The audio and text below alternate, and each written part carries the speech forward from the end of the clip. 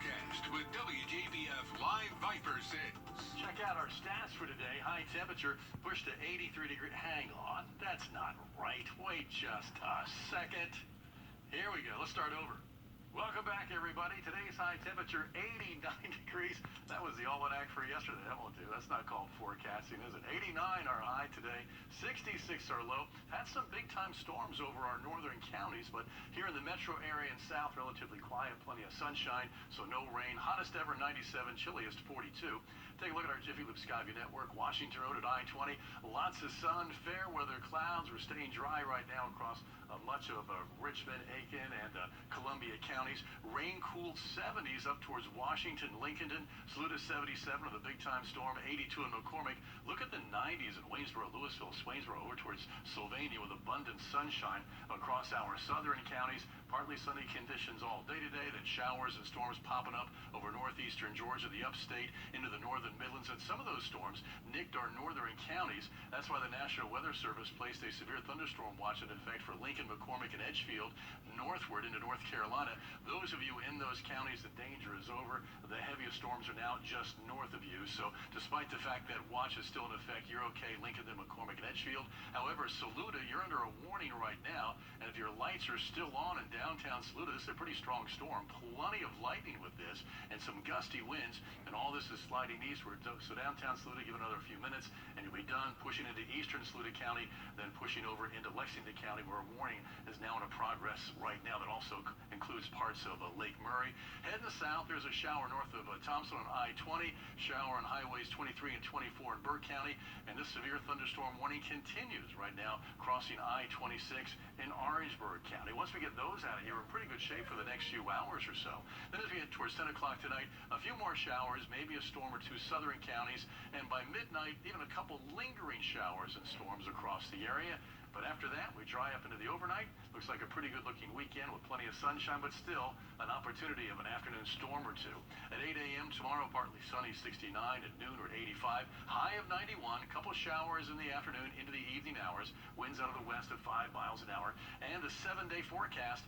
Looking forward to a few hit-and-miss showers on Sunday afternoon as well as Monday. And then sunny and dry for Tuesday, Wednesday, Thursday, and Friday with normal May highs in the middle to upper 80s. Brad and Jenny. Georgia was spectacular. Another spectacular. Yeah. It was so No, you're too kind. You're too kind. Please, Yes. please. No applause. Yes. Well, we have seen our fair share of spectacular weather moments across the CSRA just in the past few years even. That's right. You have, George. You, of course, are the expert on them all throughout your time here. You have to have your most memorable weather moments, right? And I talked to John Lynn about that not too long ago.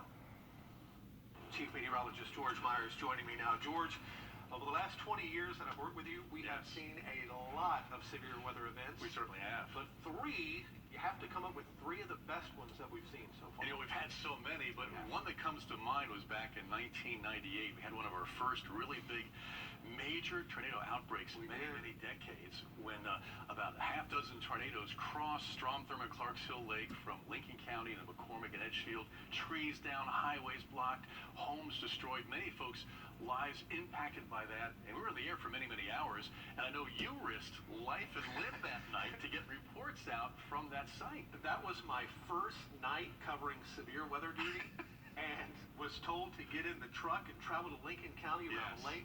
We got locked in because trees had fallen in. After the second tornado came in, I had a brand new suit. I had to stay on location until 9 a.m. the next morning. And that suit, when I got home, the suit was just in the trash. And you broke every rule in the book. John put up a 40-foot antenna that night, mast into a live shot during a lightning storm. And lightning is attracted to tall objects, as you remember. But you got the report out. All right, gracious. Let's move on to number two. Number two, the flood of 1990. We had two tropical storms that stalled over the area.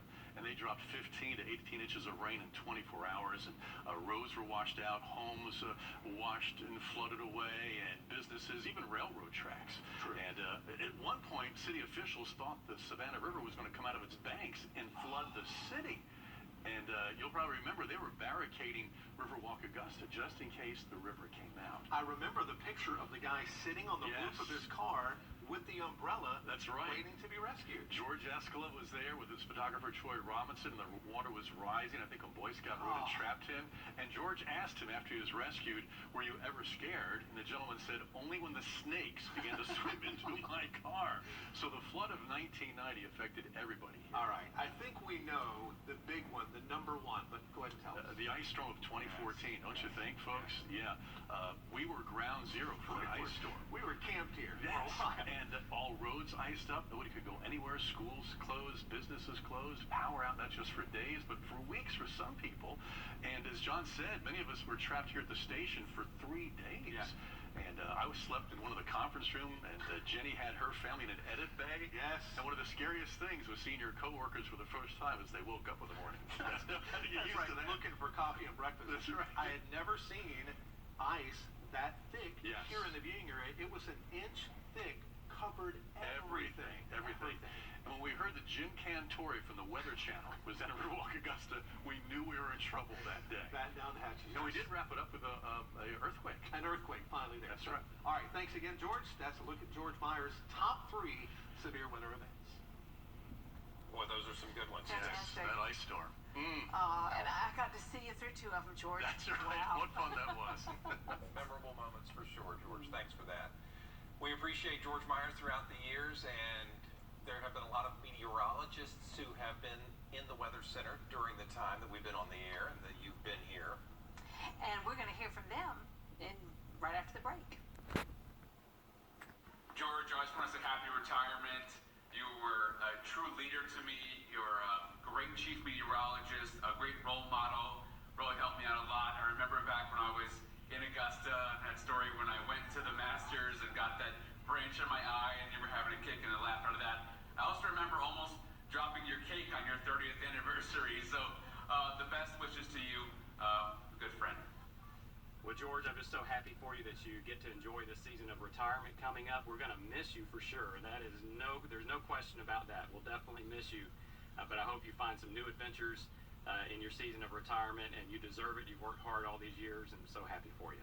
I've been asked what's it like to work for George as he's leaving, and the best thing I can always say is it's like working for Mr. Rogers, maybe minus the sweater. He's as nice, as friendly, as kind as you've ever expected him to be, and it's been an absolute pleasure to work with George. It was such an honor to work with you, even if only for a couple of years. They were by far 2 of the best years of my life. I just loved being a part of your weather team. You were such a great leader. I learned so much about what it looks like to practice servant leadership.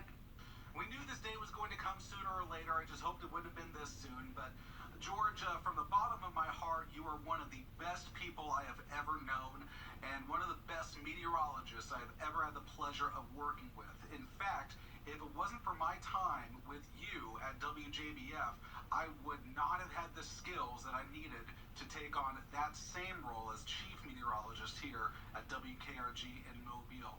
George, the industry is not nearly as fun without you. You are a true legend among us in broadcast meteorologists. I wish you the best for all the years going forward. Thank you so much for all that you taught me.